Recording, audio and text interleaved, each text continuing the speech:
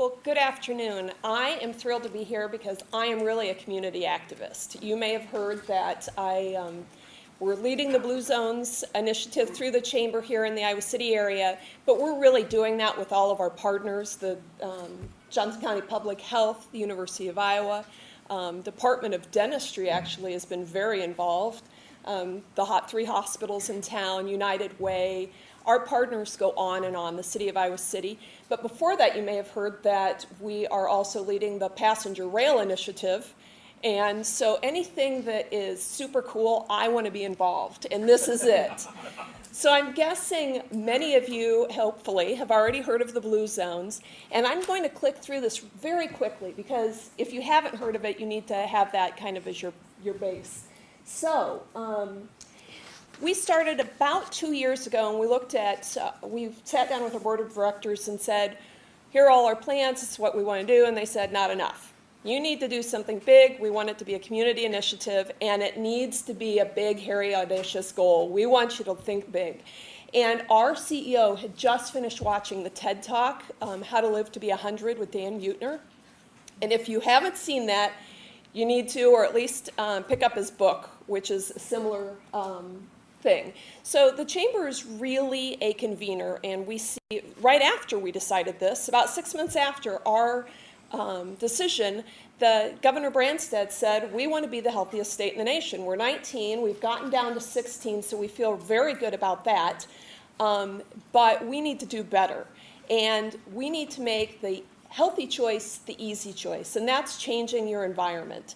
So we can do that. He took a team of researchers around the world and looked at different communities that lived well into their hundreds and lived healthy, active lifestyles. And with that, he learned that there are 9 healthy habits that you learned in grade school, well, all except for maybe number 6, which is drink wine at 5.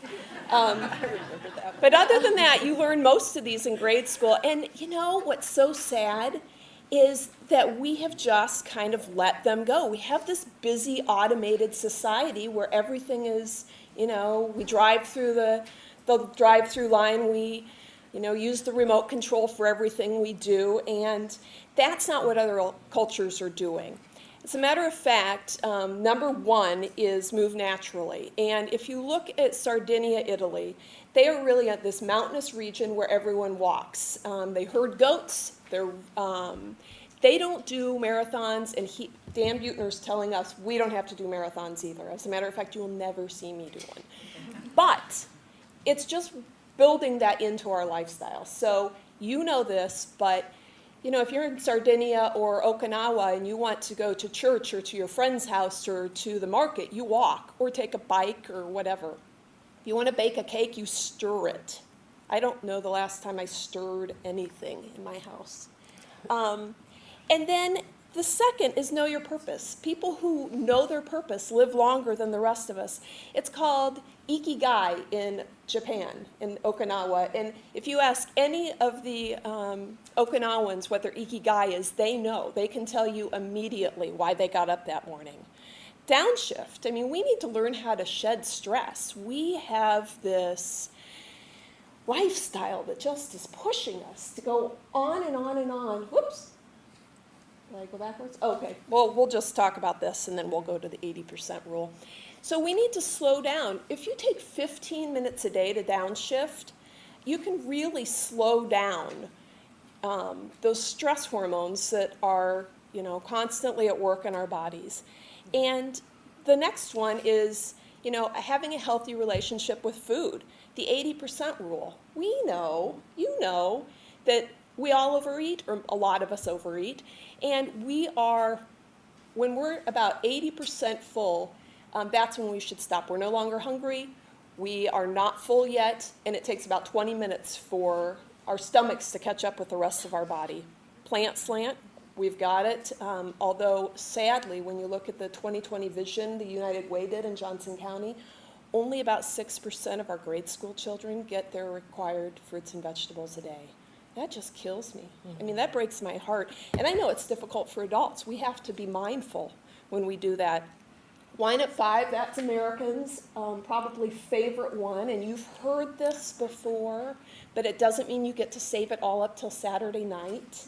It's 1 glass of wine for women, 2 for men. We metabolize differently, and that's if you have a healthy relationship with alcohol. It's not about the alcohol. I mean, there are some antioxidant qualities in red wine, but it's about slowing down, having that time, connecting with other people, and enjoying your life. Right Tribe. Oops. That's okay. Right Tribe.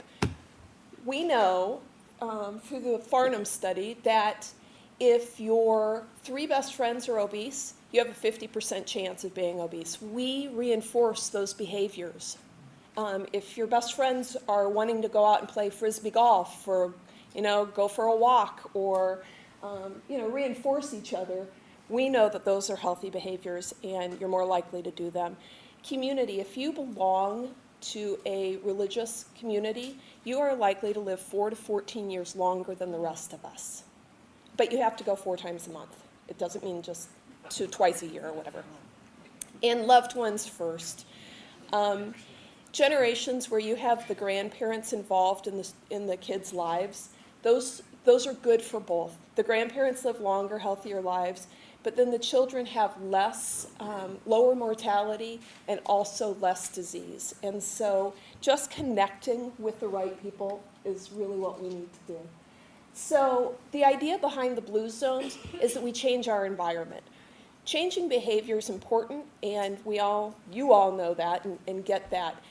But for the general population, that's a hard thing to do. We know that diets only work about 2% of the time, maintain them for a long period of time. And so we need to change the environment. We're doing that, and with the help of our community partners, including the city, we're looking at complete streets. Iowa City already does that, but complete streets, bikeability, walkability. Are we making sure that we are making this environment easy to get around and making the easy choice, the right choice, the easy choice? So this is where I need your help. We need 2 things, and I'm begging you. We have a site visit on Tuesday, which is the second. We've actually made it through the first round, which means we submitted our application through the Blue Zones Committee at the state level. And they're coming to do a site visit on Tuesday. So 1, they look at community participation. And if you would take the pledge online, sign up and take the pledge at bluezonesproject.com. And trust me, I brought little slips of paper if you need them. Take pledge 1, pledge action. That counts for our community scoreboard, and it shows the community's interested, and they're more likely to give us the grant. The second thing is, if you're available on Tuesday morning from 8 to 9, we'd love to have you come out, wear blue if you own it, and come down to the Iowa City Public Library. So that is just the basis for Blue Zones and what I'm going to talk about. So I'll share my time, and then we'll come back. How's that? Sounds good. Okay. I just want to thank you all for being here. The Iowa Initiative has been a 5-year research demonstration project, and one of our public health heroes, Louise Lex, has been very helpful to us, as has Janine Moody with the Iowa Public Health Association. So I would just say that it really is truly all about the relationships that we've had. But Iowa was chosen by this private foundation to participate in this 5-year research demonstration project because our rate of unintended pregnancies mirrors the nation. And Iowa has kept the data on unintended pregnancies for the past couple of decades at the Iowa Department of Public Health. And I might just echo off of Peter's comments earlier. I've got about 5 years worth of notes here in about 10 minutes. So. We work in partnership with the Iowa Department of Public Health, the Family Planning Council of Iowa, Planned Parenthood of the Heartland, and the Center for Social and Behavioral Research at the University of Northern Iowa. In 2006, about half of all pregnancies in the United States and in Iowa were unintended, and this is one of the highest levels in the developed world. In Iowa, among women ages 18 to 30, 47% of all pregnancies were unintended, and for ages 18 to 19, that figure rose to 79%. The high rate of unintended pregnancy really hasn't changed in 30 years, despite the development of more advanced methods of contraception.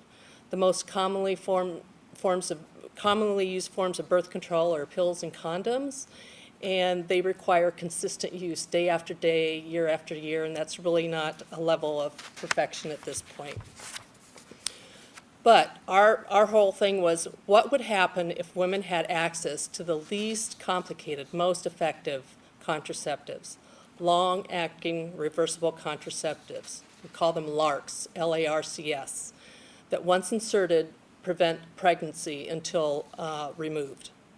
So what I'm talking about here, LARCs are the intrauterine devices, the IUDs, or the implants. The implants are the matchstick-size hormonal devices that are inserted just under the skin in a woman's upper arm.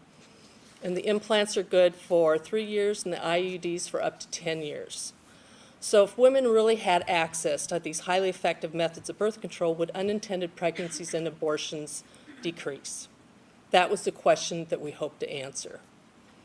So over the past 5 years, our work has been focused on helping women learn about and get access to LARCs through family planning clinics that primarily serve low-income women. So our work has also been involved in working with all the family planning clinics to expand hours and locations, train nurse practitioners, and all about the benefits of LARCs. We provide marketing materials, radio ads, and all, for LARCs to be purchased at low or no cost. Prior to the initiative, these clinics couldn't really afford these highly effective, high-cost contraceptives. In addition to providing LARCs and resources to the clinics, there was also another component of this research, and it was the Iowa Initiative Research Program. And it set out to better understand these issues as well, better understand the knowledge and the attitudes and the behaviors. There was a lot of focus group work that went on. And those research partners were Dr. Mary Loach from the Center for Social and Behavioral Research at UNI, and her colleagues right here at the University of Iowa, the University of Alabama, Birmingham, and the University of Michigan. They conducted 4 different public health interventions between 2008 and 2012, and they were designed to educate women 18 to 30. Again, that was our demographic. They educate them on family planning options and resources, motivate responsible behavior, encourage planning, and reduce unintended pregnancies. These interventions included, you'll probably recognize this one, the popular Until You're Ready, Avoid the Stork campaign, a salon study, a pharmacy study, and the radio novellas were produced for the Latina and African American audiences. And then the other component was our small office in Des Moines, and we kind of call ourselves the Chamber of Commerce for all the family planning clinics across the state. And we met with numerous groups, and as I was listening to Laura's presentation here, I totally resonated with it. We met with anybody and everybody that would let us talk with them. Civic, business, Rotaries, women's groups, the faith community, human services, judicial, foster care, legislators, human services, providers, nonprofits, municipalities at all different levels. We held a variety of conferences, and we developed a community conversations framework in partnership with the American Association of University Women. They wanted a project, and so they're kind of taking this on to host conversations in communities and bringing all these different stakeholders together that we've talked about today. And I like to say, after all, life is complicated. Birth control doesn't have to be. So that's a really quick overview of the Iowa Initiative. But what were the outcomes of this work? And this is the work that these are the results that we just shared at a conference in September. And we commissioned an evaluation conducted by Philibert Research and the Bixby Center for Global Reproductive Health. They helped to gather and analyze the impact of our work. And they recently shared the progress, like I said, at an event in Des Moines in September. And then 2 weeks ago, we held a congressional briefing in Washington, D.C. with Senator Harkin's help. And that brought just lots of different partners to the table as well. The Guttmacher Institute, and the National Organization for Women, the American Association of University Women, just a lot of different groups, and congressional staffers as well. And then in a couple weeks, we'll be presenting a webinar on these results to the Department of Health and Human Services Office of Population Affairs in DC. So this is what we've learned. There's no need to take notes because all of this is, you can find it right on our homepage. Everything is on the homepage, the graphs that show you all the results and everything. During the past 4 years, the LARCs that I talked about earlier by women in Iowa have grown significantly. The total LARC use has quadrupled. So what's been the impact on unintended pregnancies and abortions? The rate of unintended pregnancies has declined from a peak of 47.6% of all Iowa pregnancies in 2006 to less than 44% in 2011. During that same period, the percentage of pregnancies that were terminated by abortion declined by 24%. In short, the data supports what is only common sense. Providing women with access to the most effective reversible contraceptives leads to fewer unintended pregnancies and abortions. It's really that simple. This has important implications for individual lives and for our communities and society as a whole. Reducing unintended pregnancies means more women are able to pursue their education. 6 of every 10 community college students who have a child after enrolling in their education, they drop out, they don't complete it. Preventing unintended pregnancies for them is a retention issue. It means that these women can remain in school, get their degrees, establish careers, and have families when they're ready. Reducing unintended pregnancy also generates an impressive return on investment for all Iowans. And again, we talked about the return on investment earlier. And this figure, Laura brought this figure up as well. Every dollar invested in helping women prevent an unintended pregnancy saves for in prenatal and delivery costs in the first year and $15 in public assistance costs in 5 years. It's a lot of data here. In 2006, births resulting from unintended pregnancies cost taxpayers $44 million. While our 5-year demonstration project will wind down at the end of next month, we can't let our momentum wind down. And Iowa's experience can be a model for the nation and to provide policymakers and healthcare professionals the important data that they need. So we have 4 recommendations moving forward at this point. 1, enhance investments in publicly funded family planning services so clinics can educate patients through outreach and advertising. Then educate people in the healthcare field as well, obstetricians and gynecologists, family practice physicians. Many of these folks don't have the latest information on these new technologies that are out there. And 3, encourage healthcare professionals, nonprofit service organizations, civic organizations, foundations, to work together to reduce unintended pregnancies and abortions through education and better access. And then lastly, institute programs at colleges and universities to help students avoid unintended pregnancies and thereby improve academic success. So whether it's through orientation programs or just, right at the beginning so that they kind of know what that support structure is. And now, if we have enough time, I'd like to just show a very short video of 3 young women. Let them have the final word here.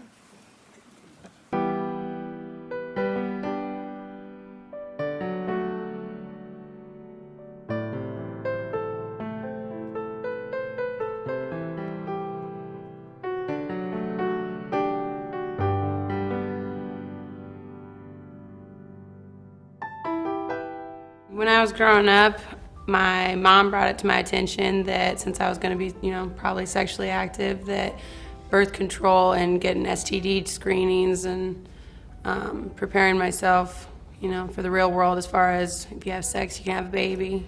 No. En realidad. No, we didn't have that conversation. I didn't have it with my mom. I was raised mostly by my grandparents, and they wouldn't touch this subject. That was not something they were open to discuss.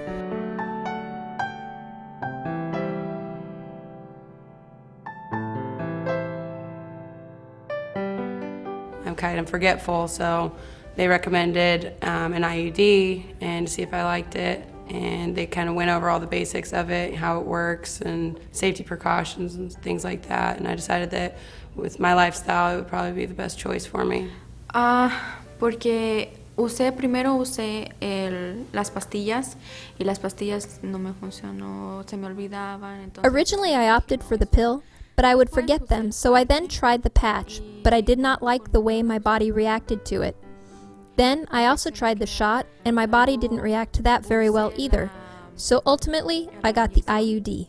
It was just simple, and I don't have to think about taking it every day, and I know that I'll be protected from unplanned pregnancy for a long time.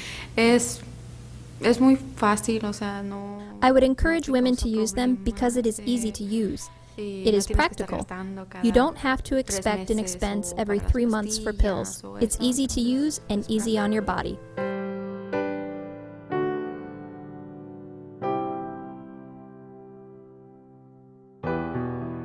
I know that when I want to have a baby, when I feel like I'm in a stable enough relationship and I've been with someone long enough and I have a home and, a decent amount of money to take care of a child. I love my nephew and I love kids, but right now, this time in my life, having an unintended pregnancy would prevent me from graduating, and it would prevent me from reaching my goals and successes that I want to achieve in my future.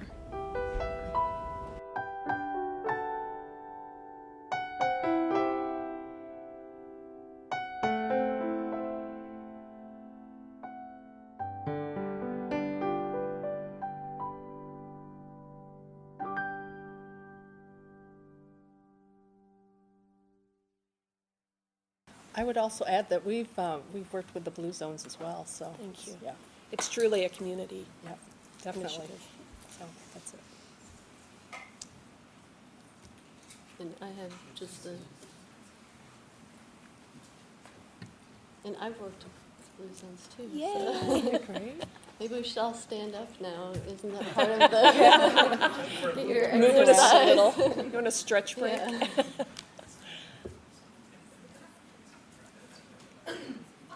And I just have one other one after this, so this is good though. Start out.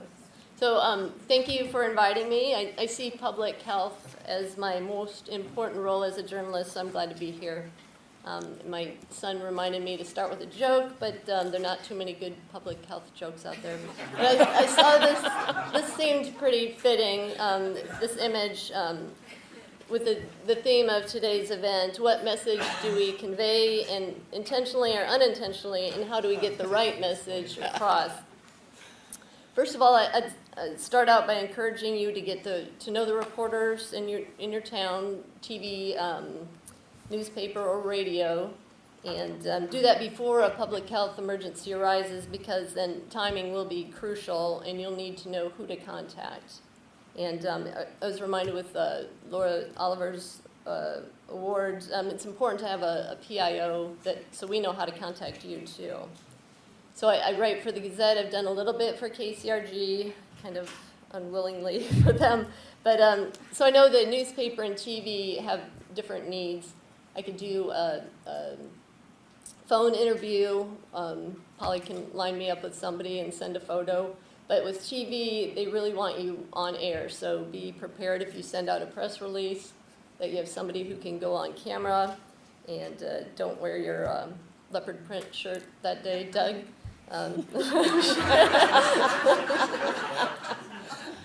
So, and nowadays we know there are a lot of ways to get your message across. Everything I write for the Gazette goes online, and that's our, it's thegazette.com/life. And our health stories are actually scroll down further, but that's where our health stories go. And the Gazette has a new group called Fusion Farm, and they can help with your social media and some of your internet projects, websites. And some of the highlights from that, and that's going to be in your packets. The 4 most popular social networks, Facebook, with more than 1 billion people worldwide using Facebook. Sometimes my sources reach out to me on Facebook, or I'll see something that might pique my interest off of one of their posts. That could lead to a story. There's LinkedIn, over 100 million users worldwide. YouTube, 100 million unique users visit YouTube in the United States alone. Americans spend about 3.5 hours per week watching online videos, most of those entertaining cat videos, of course. Twitter, you can use up to 140 characters in each tweet. I've used that to live blog events, and sometimes people reach out to me on Twitter, but the best way to reach me is just old-fashioned email. And I get quite a few a day, so if you can follow up with a phone call, that helps. Reporters do still read press releases, but it's important with emails to be really specific. If it just says story pitch or hello in the subject line, we might ignore it. So be precise. If you can write monkeypox outbreak in Iowa City, I will pay attention. I'll drop everything I have to come and cover it. So it's also important to have an updated website with contact information, again, so we could reach you if necessary. The other thing I wanted to talk about is important for public health officials and hospitals. After the H1N1 pandemic a few years ago, a few groups came together, the Association of Healthcare Journalists and a couple others released a set of recommendations with this lovely name, Guidance on the Release of Information Concerning Deaths, Epidemics, and Emerging Diseases, and that's also in your toolkit. But some of the highlights, in a public health crisis, officials need to balance the requirement to protect confidentiality against the need to keep the public informed.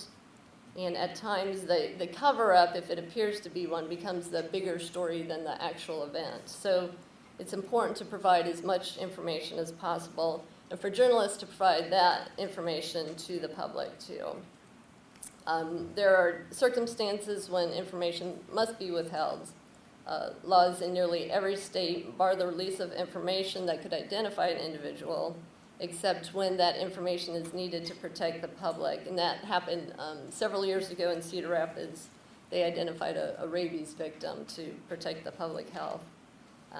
Public health officials should strive to release as much information as possible within the limits of the law. Excuse me.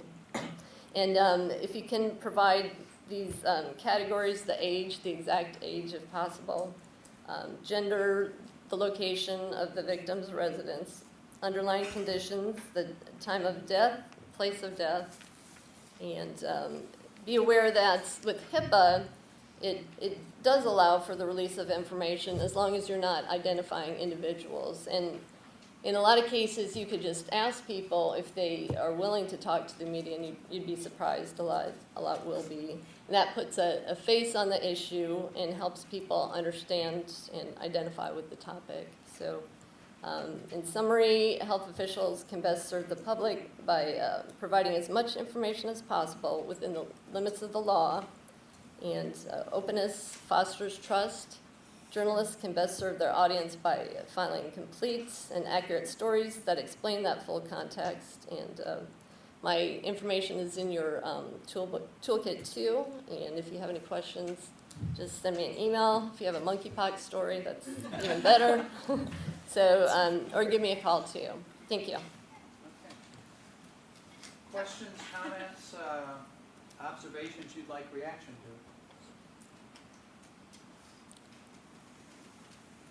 I would make a comment on Cindy's comment about releasing as much information as possible. And Cindy, I've worked many times on these kind of issues, and I think what's important as public health people is that if we just can't release the information because of the confidentiality laws that we're under, to try to explain that to the best of our ability to the reporter, instead of just coming across as, you know, we can't tell you that.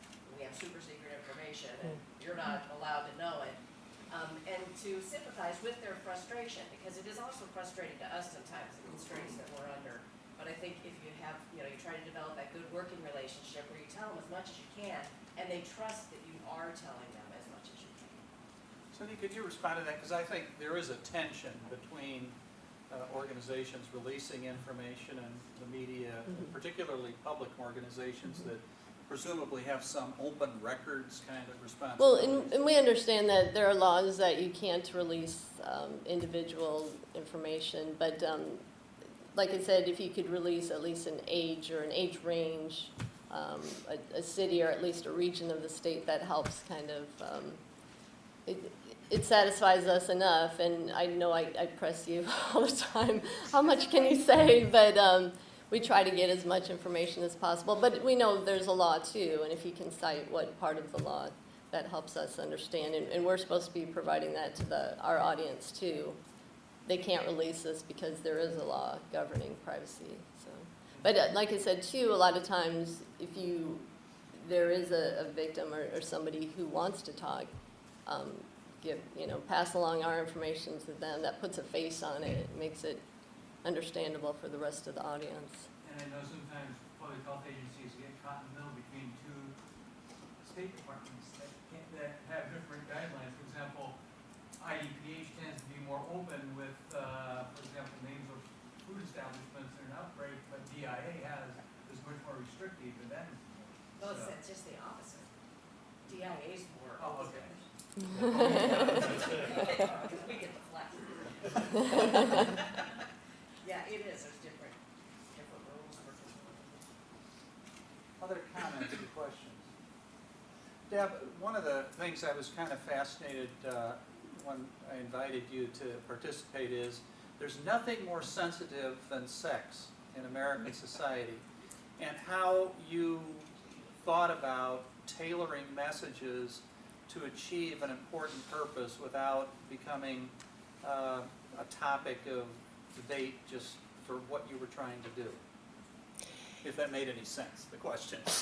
Yeah, I would guess I would, respond to that by saying people are generally, and I think Iowans in particular, they don't like to talk about body parts you can't see. And, so what we've tried to do in these past 5 years in visiting with different groups is just to kind of, go into the, little groups. I mean, even like when we get invitations from, say, like the Rotary, they're like, okay, well, how does this subject like tie in with our mission and our work? We're like, well, it's about the bottom line, the impact on a community, the vitality of a community, and women being able to contribute to the tax base, that type of thing. So we really just kind of get in there and just kind of talk about it. And oftentimes just people bring up their own stories. I mean, as we go in and talk to groups, it resonates with people, and I can't tell you how many times that after we would meet with folks, we'd get follow-up calls or emails and just say, hey, they'd say, this has been my experience with this, and then as we started visiting with more and more people, the American Association of University Women have been really helpful, and we've formed a partnership with them to do community conversations in communities, and we've held about a dozen of those conversations already. And we developed a toolkit for them to bring different community stakeholders and partners together. And the folks that show up, citizens to the city manager to, maybe the local public health person, but, we've really just tried to just have a conversation with people. I mean, everybody knows that this is a fact of life, and our whole thing is to make the conversation so it's not so taboo. People don't like to talk about it, but once they get started and kind of see that it's just part of life, and it, and the fact that we maybe should plan for this, like we plan for everything else in life, for retirement and graduation and what have you. So it's, we've just really tried to normalize it. Any other comments? All right, well, thank you very much for another